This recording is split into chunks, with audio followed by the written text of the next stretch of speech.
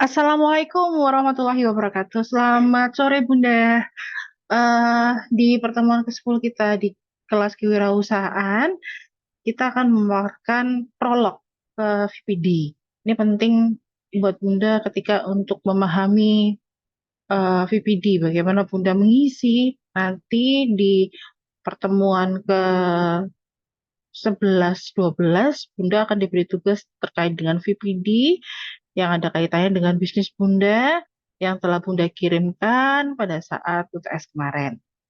Nah, setelah di pertemuan 9 kita bicara mengenai perilaku konsumen Bunda, nah kita sekarang masuk lebih deeper lagi, masuk bagaimana kita memahami masalah dan kebutuhan pelanggan. Karena bisa jadi ketika tidak eh, lancar yang namanya pendapatan penjualan suatu produk ataupun penjualan suatu barang jasa, nah itu mungkin disebabkan karena produk ataupun jasa itu masih belum diperlukan ataupun tidak sesuai dengan permasalahan yang terjadi di lapangan, apa yang dibutuhkan oleh pelanggan. Oleh karena itu kita eh, lakukan paparan ini agar sebagai salah satu insight buat Bunda ketika Bunda menjadi entrepreneur. Nah, ketika memahami masalah dan kebutuhan pelanggan, ini merupakan suatu langkah kritis dalam membangun hubungan yang baik antara bisnis dan konsumen. Hal ini tidak hanya membantu perusahaan ataupun entrepreneur yaitu Bunda sendiri untuk menyediakan produk ataupun layanan yang relevan Bunda, tapi juga memungkinkan mereka untuk memberikan pengalaman pelanggan yang memuaskan. Jadi Bunda bagaimana memberikan pelayanan kepada para konsumen Bunda nantinya sehingga para konsumen tersebut ataupun calon konsumen Bunda itu puas dan percaya pada produk Bunda.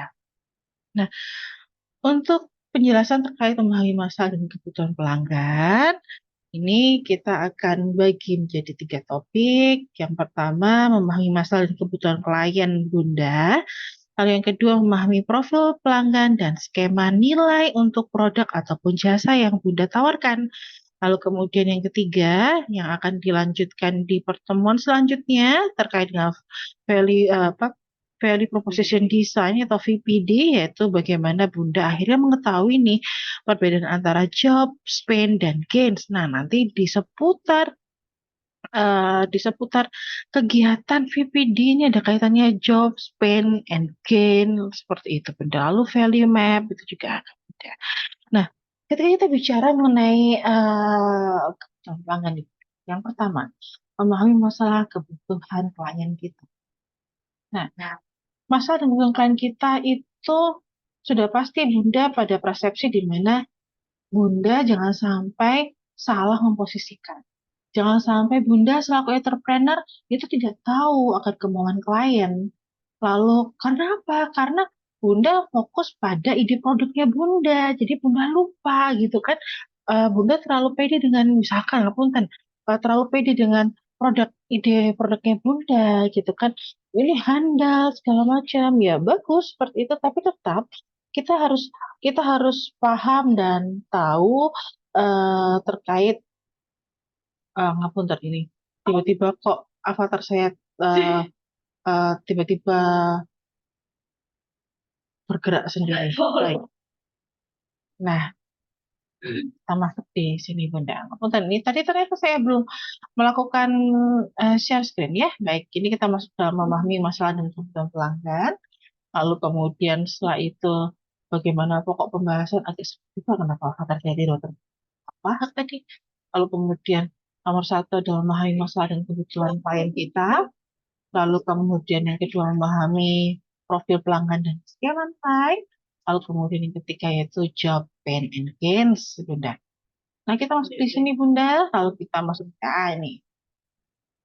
Lalu fokus pada ide produk ataupun ide jasanya Bunda. Sehingga Bunda tidak tahu gitu kan, apakah memang benar itu yang dibutuhkan oleh klien, apakah benar itu dibutuhkan oleh pelanggan. Lalu apa yang membuktikan, apa yang akhirnya bisa memperkuat ketika memberitahukan bahwa kepada konsumen kita, calon konsumen kita bahwa ini adalah solusi dari setiap permasalahan yang ada pada klien tersebut. Itu PR tuh Bunda.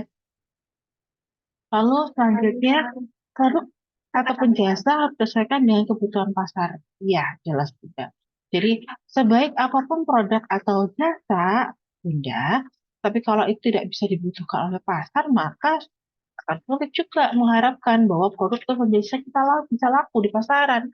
Atau mungkin bahkan nggak ada yang tertarik untuk membeli, tidak hanya karena tidak tahu produk itu ada, tapi karena kami belum membutuhkan ini.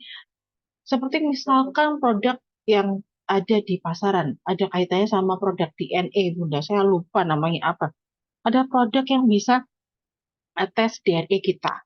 Itu bisa dibeli kalau kita melakukan tes DNA itu di rumah. Itu sampai masuk di metro. Dan ternyata sekarang banyak orang membelinya. Karena semakin orang sadar bahwa mereka ingin tahu DNA itu ada kaitannya dengan apa saja penyakit-penyakit yang harus mereka preventifkan dari dini. Itu yang artinya karena kesadaran akan kesehatan itu sangat tinggi oleh masyarakat, maka uh, kartu DNA ataupun tes pack DNA yang bisa dibeli langsung dilakukan di rumah ini itu menjadi salah satu produk yang dicari. Tapi kembali lagi ketika komunikasi terkait produk itu tidak dilakukan kembali, tidak konsisten, yang ada sudah hilang. Lalu kemudian yang kedua, kita kita melihat bagaimana memahami profil ya Bunda, memahami profil pelanggan dan bagaimana skema nilai. Namun sebelum saya masuk ke bagian dua, saya kembali lagi ke bagian satu tentang memahami masalah dan klien kita. Nah, saya ingin merasikan sesuatu. Jadi, ketika memahami masalah kebutuhan klien itu merupakan salah satu poin utama, landasan utama dalam membangun produk ataupun layanan yang untuk memenuhi ekspektasi dan memberikan solusi yang efektif bagi calon konsumen ataupun konsumen itu.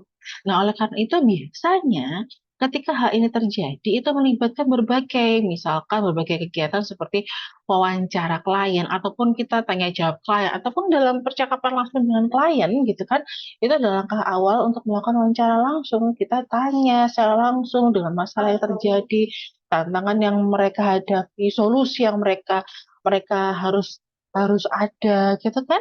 Nah, ketika sudah Bunda paham akan konteks-konteks solusi tersebut, maka Bunda pun juga paham apa saja kehidupan klien tersebut, kehidupan Bunda. Kalau ini kita bicara mengenai jasa ya Bunda, kita punya klien. Lalu kemudian faktor-faktor eksternal apa yang mempengaruhi masa dan kebutuhan mereka sehingga akhirnya kita bisa memberikan jawaban solutif dari produk ataupun jasa yang kita berikan untuk mereka. Lalu kemudian masuk ke dalam memahami profil pelanggan dan skema nilai.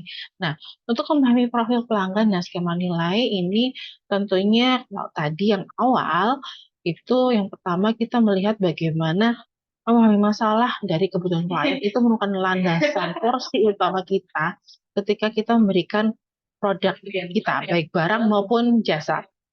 Setelah itu, yang kedua kita harus tahu bagaimana mengidentifikasi karakteristik unik dari setiap segmen pelanggan Bunda. Nah, identifikasi karakteristik unik inilah yang kemudian bisa menciptakan proposisi nilai yang sesuai di setiap produk Bunda.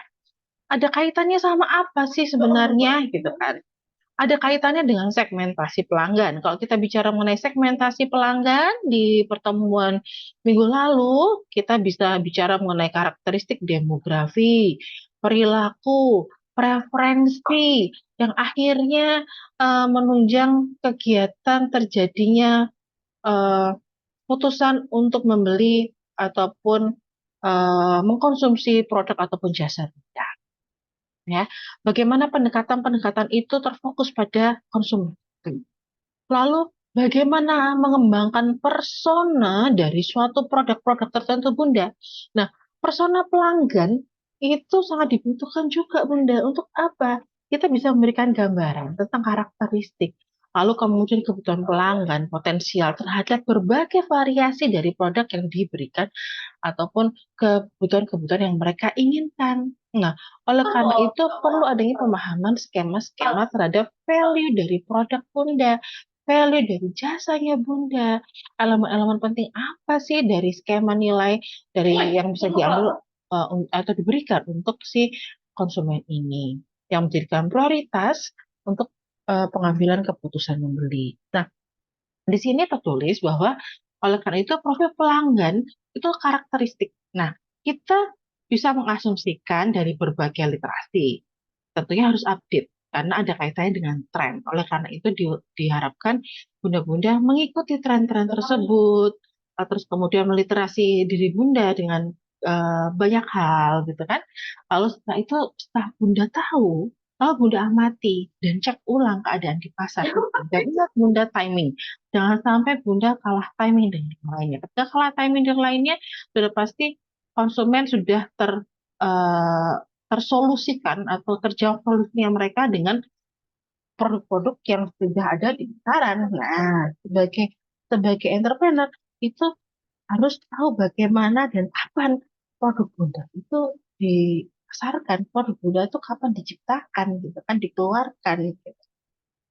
Nah, lalu kemudian oleh karena itu kita harus mengasumsikan seandainya saya menjadi klien dari produknya Bunda, gitu kan, Bunda sendiri apa yang diinginkannya, apa yang dimaukan. Lalu amati bagaimana respon, amati dengan diri sendiri, tapi Bunda benar-benar harus objektif, tidak subjektif karena ini adalah produk Bunda gitu kan. Bagaimana respon, kemungkinan respon dari para klien ketika melihat berbagai variasi produk ataupun jasa yang akan diberikan. Lalu dicek ulang nih Bunda, benarkah? Cek ulang nih bisa bisa misalkan Bunda minta suami Bunda pura-puranya jadi konsumen, lalu ataupun kita atau saudara Bunda yang dijadikan konsumen, itu cek ulang kembali karena kalau hanya Bunda saja berarti ditakutkan kan subjektif. Oleh karena itu dicek ulang dengan cara pengecekan ulangnya dengan orang lain menjadi contohnya menjadi kliennya Bunda. Gitu kan. Kita akan bisa mulai menilai. Syukur-syukur ketika Bunda sudah apa namanya membuat produknya, lalu kemudian kita bisa mengamati apa saja respon-respon dari klien-kliennya Bunda tersebut. Lalu kemudian kalau kita bicara mengenai uh, value yang ditawarkan, itu manfaat apa sih yang dirancang oleh Bunda, gitu kan, yang diberikan untuk para kliennya Bunda. Nah, kok bisa dimasukkan dari profil pelanggan ini atau yang disebut sebagai persona pelanggan itu representasi eh, fiksi ya Bunda, dari karakteristik preferensi yang harus Bunda dapatkan gitu kan. Lalu kemudian apa saja perilaku ataupun preferensi ataupun yang mendorong eh, oleh pelanggan ini ataupun sekelompok pelanggan yang serupa. Profil pelanggan itu juga membantu perusahaan untuk lebih memahami audiens target Bunda. Lalu kemudian bagaimana mempersonalisasi strategi pemasaran yang dilakukan oleh Bunda serta merancang produk ataupun layanan yang kemudian diperbarui, renew, seperti itu untuk kebutuhan keinginan pelanggan. Nah, adapun beberapa elemen-elemen umum yang terdapat dalam profil pelanggan itu pernah kita utarakan, pernah Bunda dapatkan di penjelasan yang sebelumnya. Seperti misalkan demografi. Kok di dalam demografi ini ada usia, ada jenis kelamin, ada lokasi geografis, ada pendidikan, ada pendapatan dari para klien Bunda. Lalu yang kedua, ada pekerjaan dan karir, di mana halnya ini ada kaitannya dengan kebutuhan mereka sebagai seorang pekerja di industri tertentu misalkan, lalu bagaimana posisi pekerjaan mereka ada kaitannya dengan pendapatan, ada juga pengalaman kerja yang akhirnya bisa merepresentasikan atau menderive ataupun kalau kita bilang menginterveningkan gitu ya kegiatan-kegiatan yang ada kaitannya dengan pembelian dari produk Benda. Lalu ada gaya hidup dan minat, ini seperti misalkan hobi dan kegiatan rekreasi, lalu preferensi hiburan, lalu gaya hidup sehari-hari. Lalu yang keempat, ini ada nilai dan keyakinan. Kalau nilai dan keyakinan ada kaitannya dengan budaya, Bunda.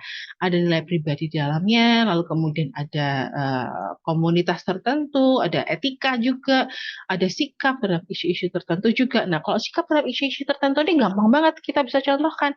Ada kaitannya dengan boykot pemboikotan produk-produk tertentu. Nah, ini ada kayak gini. Ini kita bisa lihat ya, langsung banyak sekarang seperti ini.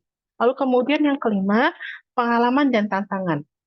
Kalau pengalaman dan tantangan ini, pengalaman sebelumnya itu tentang produk atau layanan yang serupa, kompetitornya Bunda. Jadi beliau-beliau di konsumen-konsumennya Bunda ini sudah pernah mendapatkan produk yang hampir serupa dengan milik Bunda. Namun Bunda bisa melengkapi apa saja yang tidak ada di kompetitornya Bunda. Sehingga ketika dia merasakan bahwa, oh iya ini ternyata pelayanan atau value lebih lengkap ya. Maka dia merasa bahwa oh ya saya mantap untuk mencoba untuk membeli produk Bunda. Nah itu kalau kita bicara mengenai pengalaman. Kalau kita bicara mengenai tantangan ataupun hambatan, itu tentunya dalam kehidupan sehari-hari Bunda. Kalau kita bicara mengenai demand supply misalkan. Nah, ketika kita bicara mengenai kuantitas demand itu tidak tercukupi dengan apa yang Bunda tawarkan, jumlah yang Bunda tawarkan di pasar. Sudah pasti para klien Bunda tuh lari. Lari kemana? Lari ke kompetitor-kompetitornya Bunda. Jadi itu adalah tantangan yang biasanya terjadi ketika Bunda menjadi seorang entrepreneur. Jadi kapan Bunda bisa menilai dari kehidupan tersebut, lalu menilai berapa banyak ya kebutuhan-kebutuhan ya hal ini yang membutuhkan konsumen-konsumen yang membutuhkan produk Bunda gitu kan.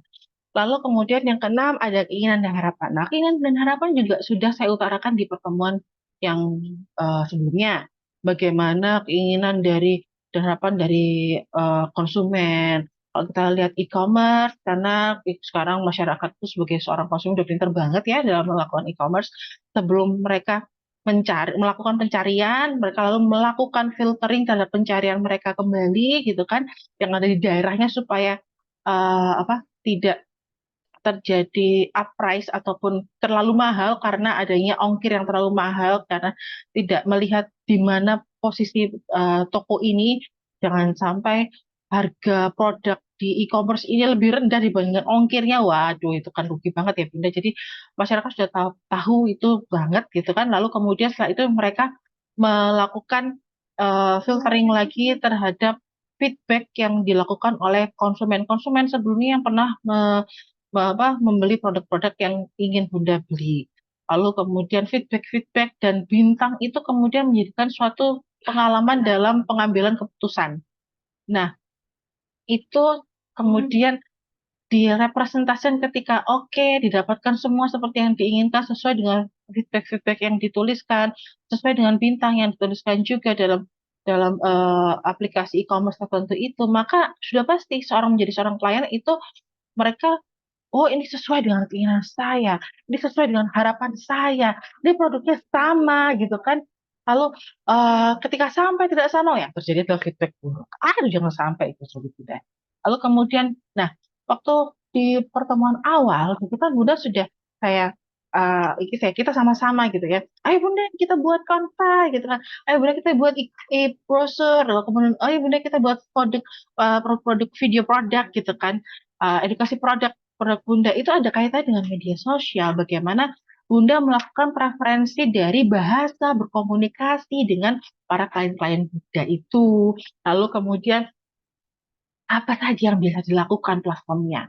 Sudah pasti kebanyakan kalau zaman sekarang scrolling itu dilakukan itu paling banyak di IG nggak IG TikTok seperti itu Bunda. Kalau mungkin ada di pangsa-pasar tertentu melakukan scrolling-scrollingnya di Facebook, ada juga beberapa sekolah tertentu di YouTube.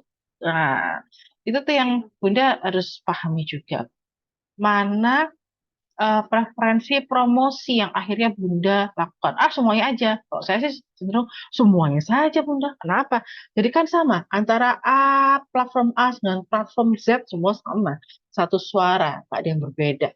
Kemudian akhirnya promosi-promosi yang dilakukan, preferensi-preferensi dari komunikasi melalui platform media sosial itu diharapkan dapat mempengaruhi minat pelanggan atau minat customer, ya. Dia akhirnya tahu bahwa ada produk ini seperti itu. Lalu akhirnya cenderung untuk melihat gitu kan di mana ya di e-commerce apa ya bisa didapatkan ya. Lalu bagaimana ya Bintang? Bagaimana tanggapan? Ini itu seperti roda yang berputar Bunda. Itu ada kaitannya dengan teknologi juga ya Bunda. Keterampilan untuk penggunaan teknologi itu sangat dibutuhkan ketika Bunda menjadi seorang entrepreneur. Lalu kemudian karena apa? Karena tidak hanya sampai sudah selesai dijual, oke, tidak menjadi seorang entrepreneur ketika sudah selesai dijual, dievaluasi. Udah wajib untuk mengevaluasi siapa saja yang beli, lebih banyak beli variasi apa dari berbagai produk yang ditawarkan, lebih banyak laki atau wanita kah, lalu usia berapakah, ada di daerah manakah, yang kemudian itu kita akan masukkan ke dalam analisa data. Oleh karena itu, Bunda mungkin sudah mendapatkan mata kuliah analisa data. Nah, analisa data ini merupakan respon kita melihat secara statistik, kita melihat secara matematis gitu ya terhadap pemasaran-pemasaran yang terjadi. Banyak grafik kita akhirnya bisa melihat, mana produk-produk yang harus saya hold dulu untuk tidak diproduksi, mana yang harus lebih baik diproduksi. Karena apa? Ternyata permintaan jauh lebih banyak di produk-produk tertentu gitu. Jangan sampai terjadi semua di uyah sama semua gitu jumlahnya. Tapi yang terjadi adalah adanya penumpukan-penumpukan produk-produk tertentu di gudang. Penumpukan-penumpukan produk tertentu di gudang itu sama saja berarti tidak laku, Bunda. Ketika tidak laku, maka yang terjadi adalah kerugian untuk Bunda. Ya, kerugian untuk Bunda karena sudah pasti kalau Bunda memproduksi itu produk-produk yang ada numpuk di gudang Bunda, tidak ada yang beli.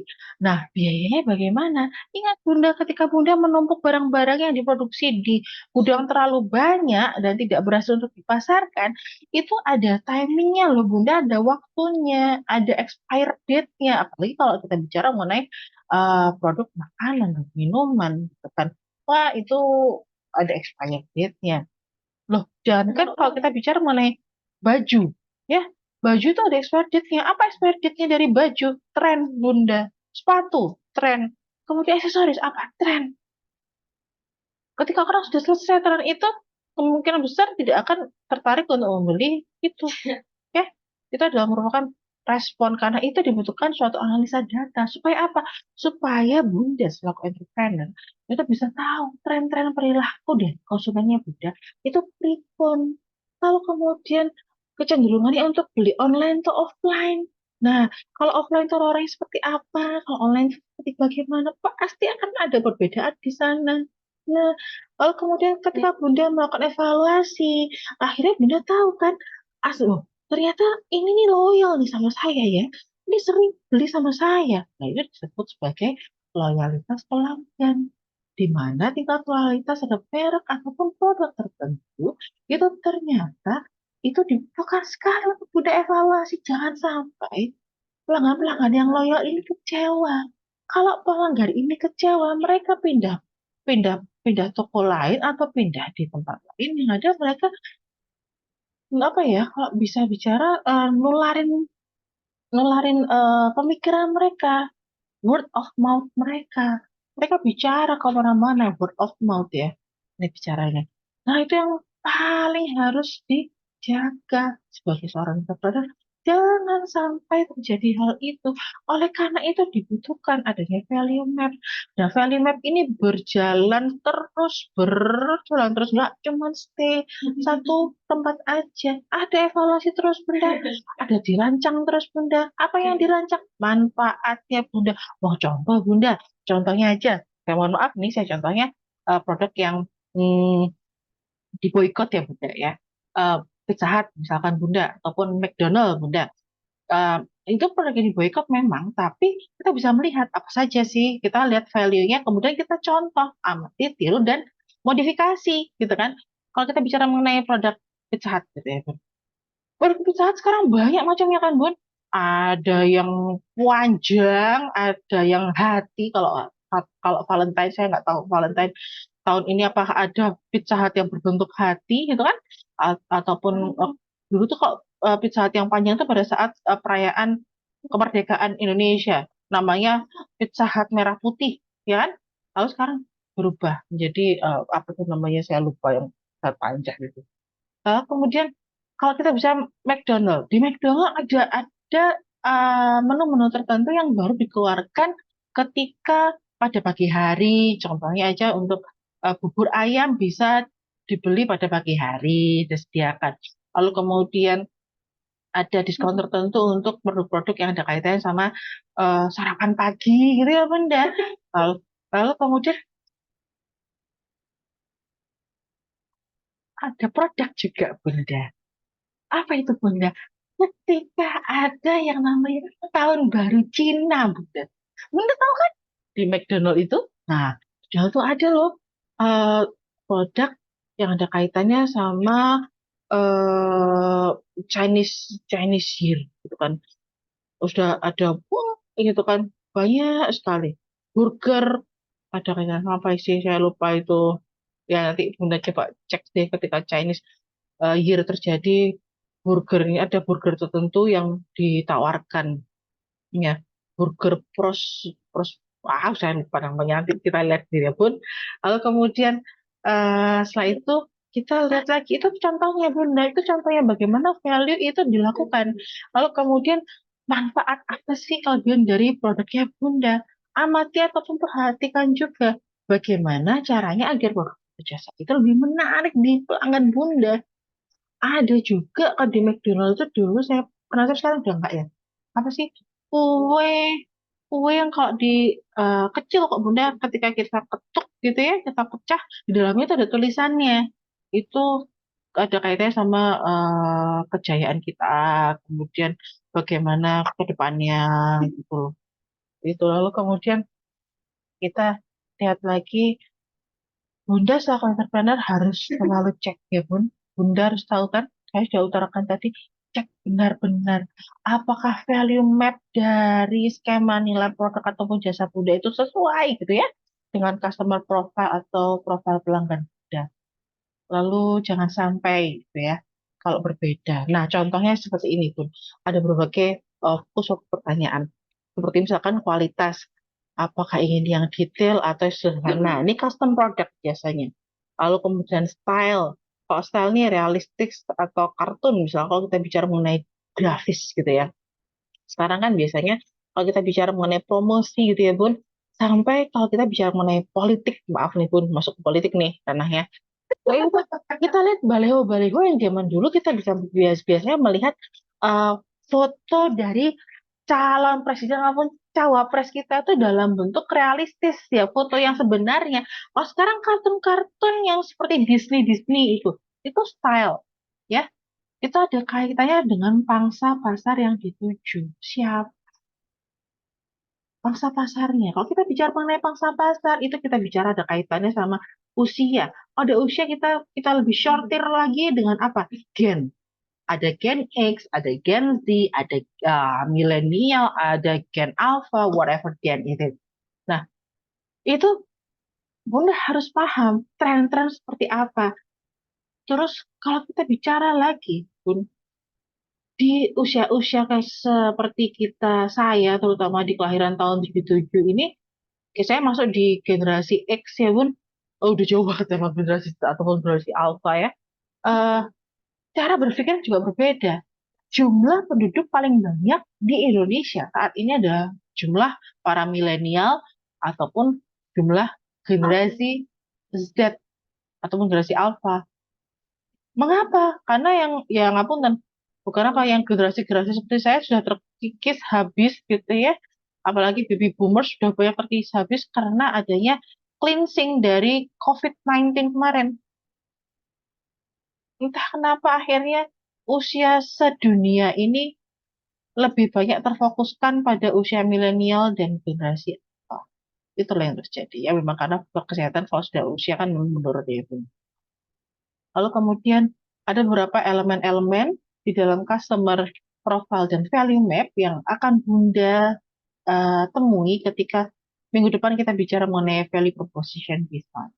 Nah, seperti misalkan customer profile atau profil pelanggan ini kita melihat ada jobs atau pekerjaan, ini apa yang biasa dilakukan oleh klien kita sehari-hari. Ini ada kaitannya sama yang di awal tadi Bunda, demografi ya Bun, jangan lupa.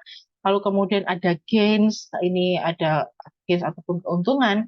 Apa yang klien kita inginkan dari produk kita. Kalau ada pains atau penderitaan dari seorang konsumen yang ingin kita hapus gitu dengan adanya produk dari yang ditawarkan oleh Bunda. Lalu ada value map. Sekali lagi, value map ini adalah produk value yang Bunda tawarkan ke kliennya Bunda. Ini ada produk service ya. Eh, Produk ataupun jasa yang ditawarkan itu apa namanya? Bentuknya seperti apa? Lalu ada gain kreator. Ini memenuhi apa yang klien kita inginkan. Apa sih yang bisa akhirnya menjadi solusi? Ini adalah jawaban dari pain ya, pain yang diderita oleh konsumen kita. Lalu meng-create beberapa value-value di gain kreator, value-value yang diberikan gitu kan. Lalu apakah green creator itu mampu menyelesaikan atau mampu akhirnya menjadi pain relievers untuk pain yang diderita oleh konsumen kita. Jadi solusinya ada pada produk kita. Ini seperti itu Bun. Lalu ingat untuk cek antara value map ya dengan customer profile itu sesuai atau tidak. Lalu kemudian ini kembali lagi yang tadi, ini juga akhirnya selesai Bunda. Itu adalah sekelumit prolog terkait dengan value proposition design. Jadi sekali lagi Bunda, ketika boleh saya ulangi lagi terkait dengan value map terutama ya Bun, ataupun skema nilai itu merupakan suatu alat yang digunakan untuk menggambarkan nilai yang diberikan oleh produk ataupun jasa yang Bunda create untuk pelanggan Bunda, yang membantu Bunda untuk lebih memahami cara produk ataupun jasa mereka untuk memenuhi kebutuhan dan keinginan pelanggan. Lalu kemudian kalau kita bicara mengenai elemen-elemen umum dalam value map itu seperti misalkan produk ataupun jasanya, deskripsinya seperti apa, fitur-fiturnya apa, lalu kemudian bagaimana manfaat yang diberikan oleh fitur yang diberikan oleh produk Bunda, lalu kemudian apakah ada pembeda keunggulan kompetitif dibandingkan produk yang lainnya jadi lebih banyak value-nya sudah saya utarakan sebelumnya. Lalu harga juga Bunda. Harga ini bagaimana? Harganya apa sesuai dengan kantong dari para konsumen Bunda gitu kan? Lalu kemudian kalau kita bicara mengenai harga, nah ini saya masuk di lapangan ya Bun. Kita contohkan air mineral. Saya senang sekali kalau mencontohkan air mineral karena sudah kalau nggak air mineral ya Indomie gitu kan, makanan instan. Mie instan lah Indomie. Lalu kemudian misalkan yang kembali lagi contohnya dari air mineral. Air mineral dulu Bunda taunya kalau nggak Aqua, Total, apalagi ya Fit gitu kan Bun, Cleo gitu kan. Karena banyak banyak macam-macamnya Bun. Nah, lihat harganya. Dulu Aqua tuh sempat di yang tanggung tuh di harga 5.000 Bun. Udah sempat sempat ini nggak? Sempat dapat nggak ketika Aqua harganya 5.000? Sekarang aku harganya berapa? 3.500 kan Bun. Kenapa? Karena ada yang merusak harga dari air mineral itu. Siapa contohnya? Le Mineral. Siapa contohnya lagi berikutnya? Crystalline. Produk-produk Crystalline, produk-produk Le Mineral ini produk-produk Indonesia di mana harganya merusak pasar sekali. Dia pernah masuk di pasar di harga 2.500. Lalu kemudian paling tinggi 3.000, 3.200. Itu kan Bun. Nah, kemudian masyarakat akhirnya lebih cenderung saya lagi oh air mineral saya butuh air mineral nih ya semua sama gitu kita ambil lem mineral dengan gaya bahasanya yang banyak mineralnya butuh untuk kita untuk tubuh kita seperti itu lalu kemudian ditambah lagi dengan botolnya yang ternyata jauh lebih sehat digunakan tapi dibandingkan yang lainnya gitu kan nah itu akhirnya bisa menderive juga ya kemudian ada beberapa produk elemen mineral yang juga pH ada pH tertentunya juga seperti itu. Nah itu adalah penciri plus value tadi penciri juga harganya. Kalau mau di skala sekian harga yang diambil itu berapa? Nah Bunda juga harus paham Siapa klien Bunda? Siapa konsumen Bunda? Bagaimana eh, perekonomian para klien ini? Mereka lebih cenderung bermain harga berapa? Mereka cenderung memilih di produk di harga berapa? Itu juga harus hati-hati Bunda. Karena pengalaman pelanggan itu yang paling penting. Ternyata misalkan, wah, buat harga 3.200 atau 2.200, saya bisa minum le mineral. Saya bukan ini ya, bukan mempromosikan le mineral, tapi misalkan seperti itu pun, itu yang terjadi, gitu kan, dibandingkan kalau kita bicara produk-produk yang di atasnya. Rasanya juga enak, wah, sudah kalau kemana-mana udah, ya. Jadi ingat untuk membuat value map. Jangan sampai value map itu berbeda dengan keinginan dari pelanggan. Ketahui pelanggan Anda dengan baik dan benar. Minggu depan kita akan bicara mengenai value proposition design, bagaimana kita mengisikan matriks-matriks yang terjadi di setiap bagian value proposition. Baik, saya akhiri pertemuan di kali ini, yaitu pertemuan 11. Saya ucapkan terima kasih untuk waktunya. Saya akhiri. Wassalamualaikum warahmatullahi wabarakatuh. Salam beraktivitas Bunda. Sampai berjumpa minggu depan.